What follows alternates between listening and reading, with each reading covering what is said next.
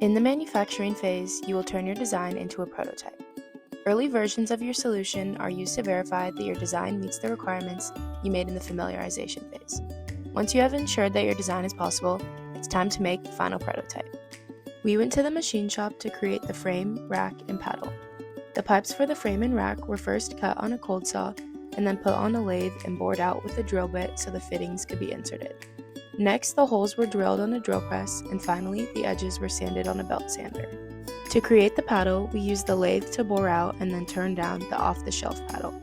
Then we drilled holes and inserted the pin locking mechanism.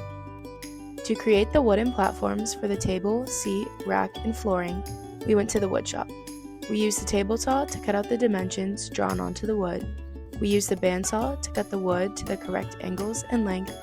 We then coated the wood with a waterproof varnish and fixed the hinges using screws. We also altered the inflatable raft. We attached D-rings to the side of the boat using vinyl cement. Once we finished manufacturing all the components, we could fully assemble the raft and move on to the final stage, testing.